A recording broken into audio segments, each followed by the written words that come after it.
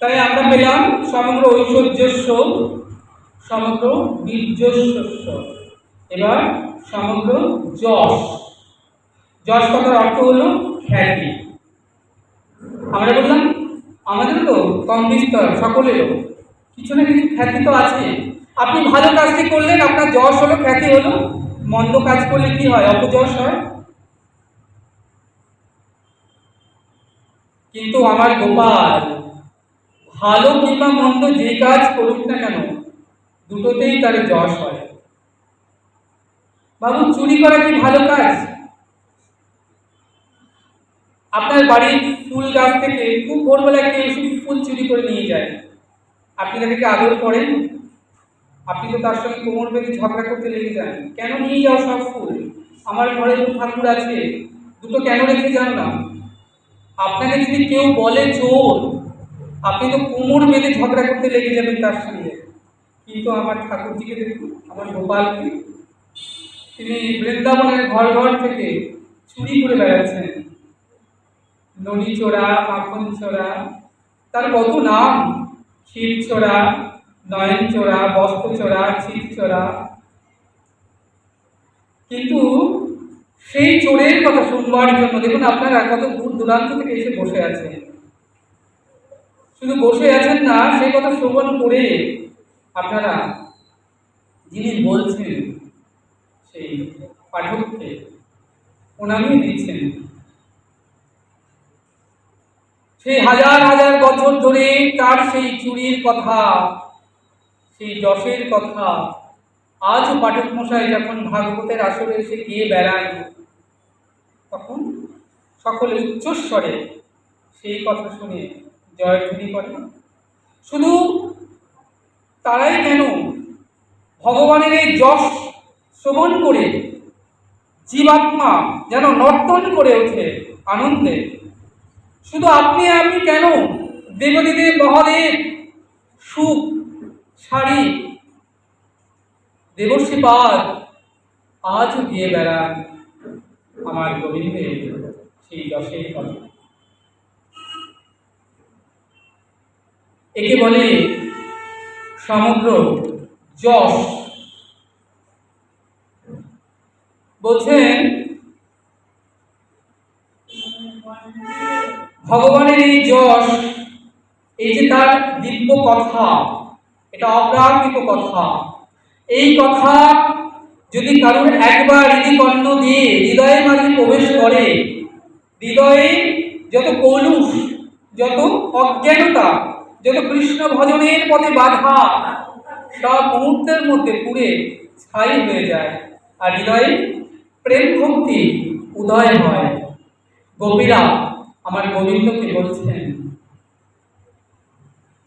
গোপীগীতে, তব কথামৃতম তপ্ত জীবনম কলিবিদৃতাম কল্মষাপহম শ্রবণমঙ্গলম শ্রীমদততম ভুবি গিনন্তি যে ভুরিদাজন। ও শ্যাম, তোমার কথাই অমৃত। অমৃত কাকে বলে? যা আপনি জেনে পান করুন বা অজান্তে পান করুন, অমৃতের কাজ হচ্ছে আপনাকে অমরত্ব দান করা। তাহলে কথামৃতম, এই যে আমরা আজকে এখানে আস্বাদন করছি, ভাগবতামৃতম, চরণামৃতম, প্রেমামৃতম, নামামৃতম, সবই অমৃত। তাই গোপীরা বলছে, রোশান তোমার কথাই অমৃত। আমরা তো কবেই মরে গিয়েছিলাম তোমার বিরহে, কিন্তু তোমার কথা অমৃত আমাদেরকে বাঁচিয়ে রেখেছে। তাহলে কৃষ্ণ কথা অমৃত একদিকে বাঁচায় আর একদিকে মেরে ফেলে। কখন মারে? যখন কোনো জীব কৃষ্ণ কৃষ্ণ ভজন করতে করতে গুরুপাদপদ আশ্রয় করে, সংসারকে ত্যাগ করে, স্ত্রী পুত্র বিষয় আশয়কে ত্যাগ করে কৃষ্ণ কৃষ্ণ বলে কাঁদতে কাঁদতে দিবানিশি অহনিশি কাঁদতে কাঁদতে সে মরেই যায়। কিন্তু তবুও সে মরে না, তাকে কথামৃত, এই ভাগবতের মৃত, নামামৃত তাকে বাঁচিয়ে রাখে। গোপীরা বলছে যে আমাদের তো এই নামামৃত, তোমার কথামৃত বাঁচিয়ে রেখেছে। আপনি মাছকে জল থেকে তুলে ডাঙায় রাখুন, তাকে ঝোলায় ঝোলান, তাকে রসগোল্লা খেতে দিন, মাছের কিন্তু কখনো সুখ পাবে না যতক্ষণ না আপনি তাকে জলে ছেড়ে দেবেন, তাই না? তেমনি বোঝদেবীগণে যে কৃষ্ণ বিরহ, তাদের একটাই লক্ষ্য, আমরা কেমন করে আমাদের প্রাণনাথকে পাবো, প্রাণনাথকে না পেলে আমাদের যে কখনোই সুখ হবে না। তাই এখানে বলছেন যে সেই যশের কথা, সেই যশ, যে যশ শ্রবণ করে আমাদের আত্মা নর্তন করে। বলছেন এরপরে সমগ্র শ্রী,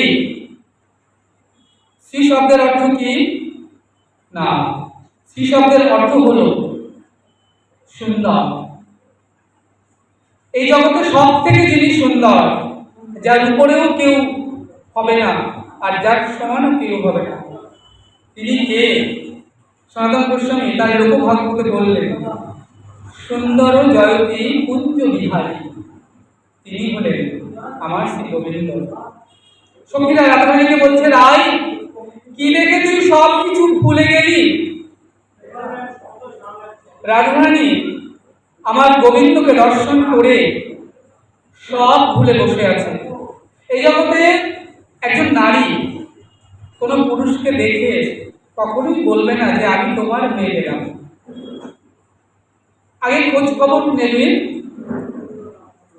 কি তার জাত বংশ, কি তার নাম, কোথায় সে থাকে, তার আয় রোজগার কত, সব কিছু খোঁজ খবর নেবে, তারপরে তার হবে কিনা চিন্তা করবে। কিন্তু আমার রাধারানী সখীদেরকে বলছেন, সখীরে আমি বৃন্দাবনে যমুনা পুলিনে কদম্বের মূলে আমি এক রূপের মানুষ দেখে এলাম, রূপের মানুষ দেখে আমি সব ভুলে বসে আছি।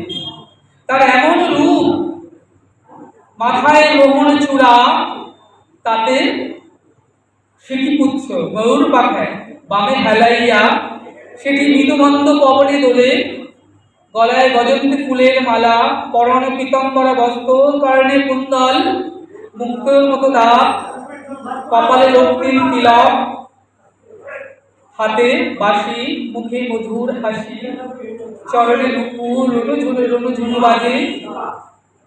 সখীরে আমি এক অপরূপ রূপের মানুষ দেখে এলাম।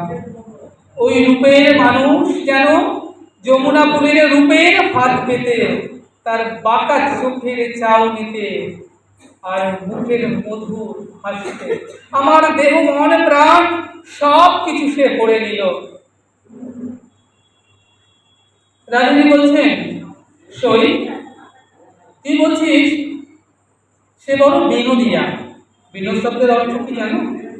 সুন্দর। তাহলে সে যদি সুন্দরী হবে, তাহলে অত সেজে গুজে এসেছে কেন? এই জগতে যারা সুন্দর তাদের সাজবার তো দরকার নেই। যিনি সুন্দর নন তিনি তো সেজে গুজে আসবেন। কিন্তু তুই বলছিস সে বড় বিনোদিয়া, তাহলে বলছিস মাথায় মোহন চূড়া, গলায় বজন্তী ফুলের মালা, পরনে পীতাম্বর, কর্ণে কুণ্ডল, কপালে রক্তিম তিলক, মুক্তের মতো দাঁত, আবার হাতে বাঁশি, মুখে মধুর হাসি, চরণে নুপুর, তাহলে অত সুন্দর সেজে গুজে এসেছে কেন?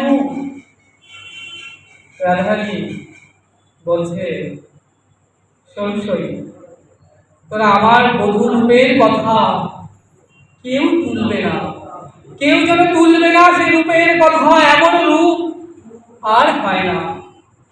বলছে, সখী আমি কিরূপ হেলিনু মধুর মরুতি, পিরিতি রসের সার, আমার হেডলায় মনে এদিন ভুবনে তুলনা নাহি খোঁজা। তোমরা কেউ তুলবে না।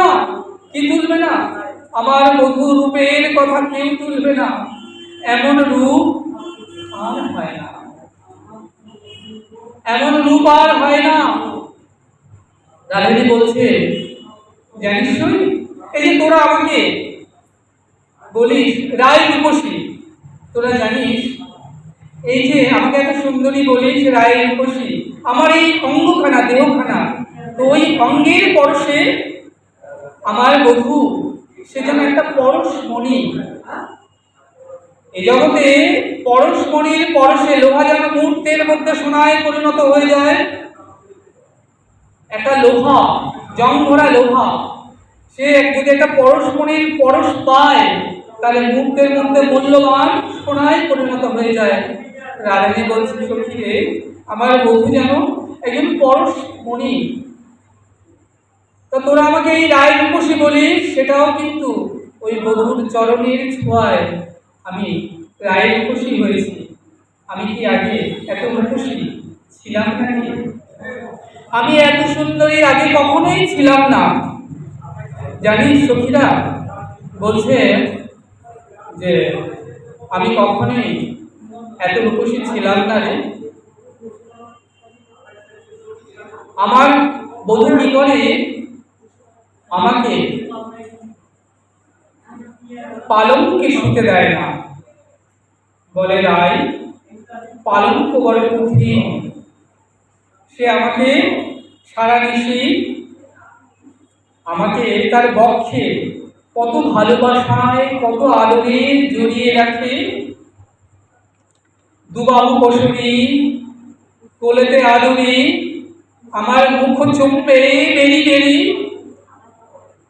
তোদেরকে সে কথা কেমন করে বলি? তোরা যে আমার মরণ সুখী, তাই তোদেরকে সে কথা বলছি। এ কথা তো কাউকে বলা যায় না। আমার বধূ কি করে জানিস? আমার দিকে আমাকে বক্ষে জড়িয়ে ধরে এক অপলক নয়নে আমার বদন পানে তাকিয়ে থাকে, মিনের মতো।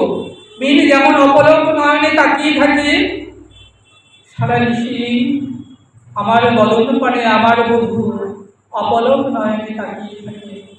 আর কি করে জানিস?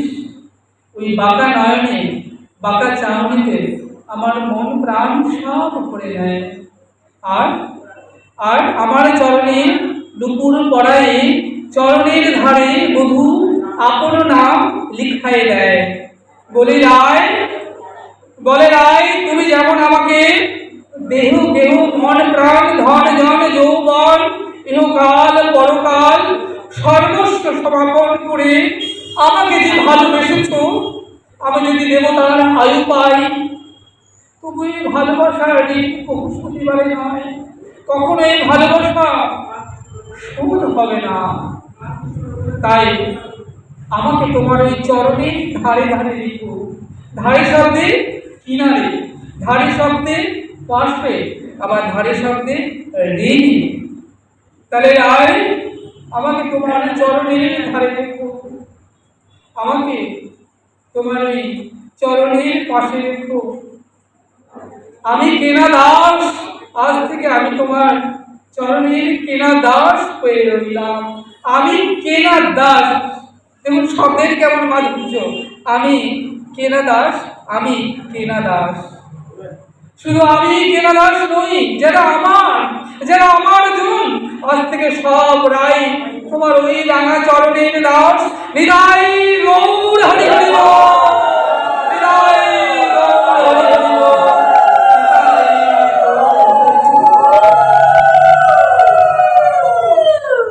তাই আমরা বা সবাই কিন্তু ওই রায় চরণের দাসী। যারা পুরুষ অভিমান করেন আমি পুরুষ, যারা গুরু পাদপদ্মে আশ্রয় করে সাধন ভজন করছে, তারা জানি এই সংসারে পুরুষ ও অভিমান পাত্র কেউ পুরুষ নয়। আমি পুরুষ নয়, কেউ পুরুষ নয়। একটা পুরুষকে সুখ কে দেয়? একটা নারী। তাহলে একটা পুরুষ যেমন একটা পুরুষকে সুখ দিতে পারে না, তাহলে পুরুষ একমাত্র ঈশ্বর পরমকৃষ্ণ সচ্চিদানন্দ বিগ্রহ অনাদির আদি গোবিন্দ সর্বকারণা কারণা। তাহলে পুরুষ একমাত্র আমার শ্রী গোবিন্দ। আমরা কেউ পুরুষ নই, আমরা সব নারী। তাহলে গুরুদেব যখন তোমাকে দীক্ষা দেবেন, দীক্ষা দানের পরে শিক্ষা দেন। শিক্ষা যতক্ষণ না সম্পূর্ণ হবে ততক্ষণ তুমি ভজন পথে ত্বরান্বিত হতে পারবে না। শিক্ষা দিয়ে তোমাকে দান করে। দেখো না, কি দান করে না? জীব। আমরা জীব জন্মেই কৃষ্ণ দাস। তাহলে আমরা কিন্তু কৃষ্ণদাস, জীবের স্বরূপ কি? জীবের স্বরূপ জীব নিত্য কৃষ্ণদাস হতে হবে তোমাকে, রাধা পদদাসী। যতক্ষণ না তুমি রাধা পদদাসী হবে ততক্ষণ ভজন ত্বরান্বিত হবে না। এই যে সৎসঙ্গ সাধুসঙ্গ কেন, এটা সব থেকে বড় ডিকশনারি।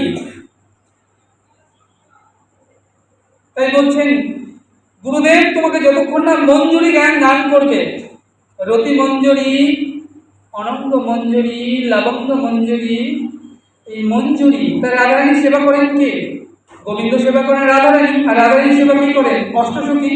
অষ্টসখী সেবা করেন অষ্টসখী, তাদের উপসখী।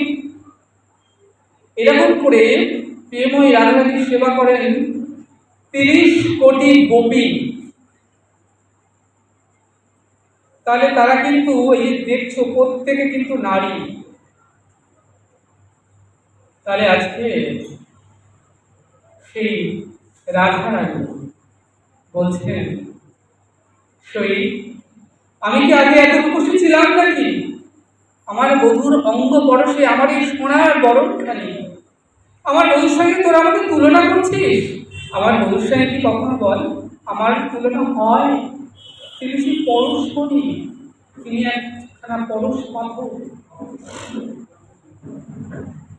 তাহলে এই যে অনুরাগ, এই যে রাধারানীর অনুরাগ, তাহলে এখানে বলছেন যে সর্ব শ্রী শ্রী শব্দের অর্থ সব থেকে সুন্দর। রাধারানী বলছেন কেউ তোরা আমার বধূ